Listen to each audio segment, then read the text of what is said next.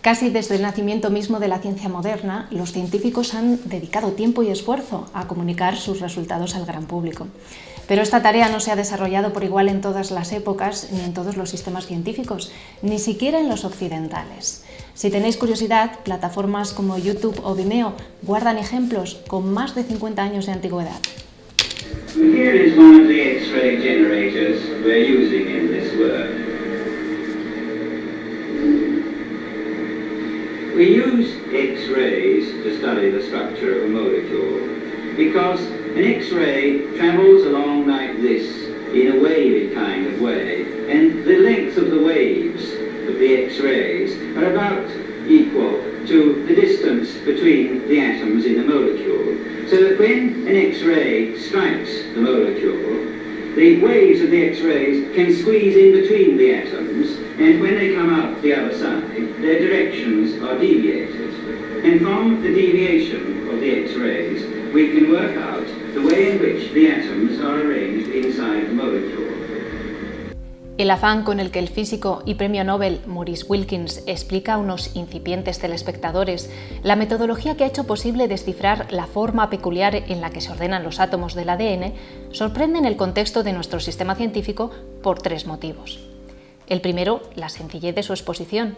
El segundo, su implicación, el hecho de que uno de los científicos más reconocidos de aquellos momentos prestase su imagen, tiempo y talento a divulgar ciencia, desmonta el estereotipo del sabio inaccesible, ajeno a los problemas de sus contemporáneos. Aunque quizás sea el tercero de los motivos el que cuenta con mayores implicaciones. Una cadena pública consideraba que las explicaciones del profesor del King's College interesaban a sus incipientes telespectadores y además estos estaban preparados para comprenderlas si se les exponían en el tono adecuado. Y es que existen importantes diferencias entre la concepción que se tiene en el ámbito anglosajón acerca del papel que la divulgación pública de la ciencia desempeña en el sistema científico y el que le otorgamos en los sistemas que podríamos denominar continentales. Así, mientras británicos y norteamericanos han asumido como propia la responsabilidad de intervenir en la construcción de la imagen pública de la ciencia, transmitiendo a la ciudadanía los conocimientos, prácticas y valores propios de la actividad científica, en los sistemas continentales divulgar lo que se hace en los laboratorios no siempre ha estado bien visto, a pesar de que resulta muy evidente que una sociedad mejor informada y formada sobre ciencia y tecnología cuenta a priori con mayores ventajas competitivas.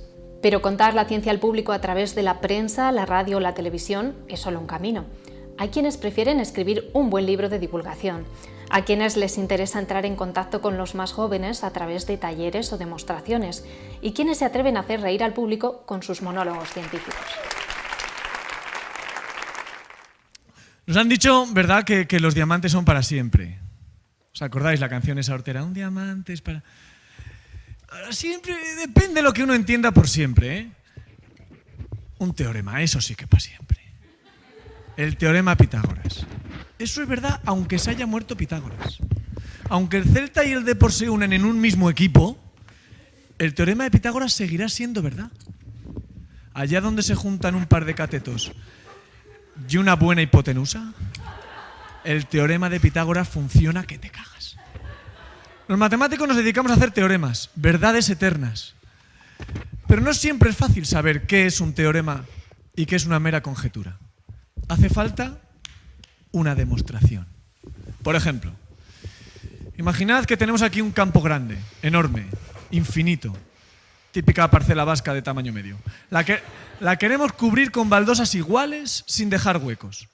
Podemos usar cuadrados, ¿verdad? Podemos usar triángulos. Círculos no, que dejan huequillos. ¿Cuál es la mejor pieza que podemos usar?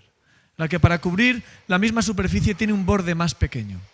Papus de Alejandría, Papus, en el año 300 dijo que lo mejor era usar hexágonos, como hacen las abejas. Pero no lo pudo demostrar. El tío lo soltó allá, pero no lo demostró. Se convirtió en una conjetura, la conjetura del panal. El mundo se dividió entonces, como sabéis, entre papistas y antipapistas. Hasta que 1700 años después, en 1999, Thomas Hales demostró que Papus y las abejas llevaban razón, que lo mejor es usar hexágonos. Y se convirtió en un teorema, el teorema del panal, que será verdad para siempre, siempre, más que cualquier diamante. La variedad de técnicas y formatos requiere que analicemos las implicaciones que tiene el decantarse por unos u otros y que las conozcamos mínimamente para decidir cuál es la que mejor se adapta a nuestros públicos, mensajes y objetivos. Distinguiremos así entre actividades de comunicación pública de la ciencia, divulgación científica y educación científica. Cada una de estas tipologías engloba a su vez un amplio espectro de actividades, por lo que trabajaremos únicamente con las más comunes de cada una de ellas. Las actividades de comunicación pública de la ciencia se centran en la transmisión de conocimientos, prácticas y valores propios del sistema científico a un público no experto, utilizando para ello cualquier medio escrito o audiovisual que conecte de manera directa con el receptor del mensaje o sirviéndose de la mediación de un tercero. Entre las técnicas y formatos de comunicación de la ciencia se incluyen, por ejemplo, la publicación de obras de divulgación, como libros, revistas, blogs, videoblogs, cualquiera de las modalidades del periodismo científico en medios tradicionales o digitales, o la comunicación institucional. Por su parte, bajo la denominación genérica de actividades de divulgación, englobamos un heterogéneo abanico de actuaciones cuyo desarrollo trasciende la producción de materiales comunicativos en formato escrito o audiovisual, aunque al igual que en las anteriores, centre su objetivo en la transmisión de conocimientos, prácticas y valores científicos al público no experto. Por el contrario, en muchas ocasiones dichas actividades implican contacto directo entre los investigadores y el público, sea este contacto presencial o virtual. Se incluyen en esta categoría actividades clásicas como las conferencias de divulgación, las ferias de ciencia, las jornadas de puertas abiertas a los centros de investigación o la museología, pero también el teatro o cine científicos, los cafés científicos, los campamentos científicos o las tiendas de ciencia. Finalmente, englobamos bajo el epígrafe de educación científica aquellas actividades divulgativas cuyo diseño se ajusta a los requerimientos curriculares de un determinado nivel educativo. Se trata de actuaciones que, utilizando los formatos y técnicas propios de las acciones de divulgación, se enmarcan dentro de un plan docente. Las más habituales en este contexto son las actuaciones de ciencia recreativa que complementan el currículum de una determinada asignatura. No es difícil advertir que la categorización propuesta, como ocurre casi siempre con las categorizaciones, es un tanto artificial. En primer lugar, porque todos los formatos mencionados implican acciones comunicativas, es decir, un emisor transmite un mensaje a un receptor. Y en segundo lugar, porque la imaginación de los divulgadores, unida a las posibilidades que hoy en día ofrecen las nuevas tecnologías, hace cada vez más difícil catalogar de forma nítida algunas iniciativas. En cualquier caso, distinguir entre comunicación, divulgación y educación científica tiene como objetivo que reflexionemos acerca de las características propias de cada uno de estos formatos, de las necesidades técnicas que requiere cada uno de ellos y de cuál se adapta mejor a nuestros públicos y nuestros objetivos. Si nos acompañáis a los siguientes módulos, os lo contamos.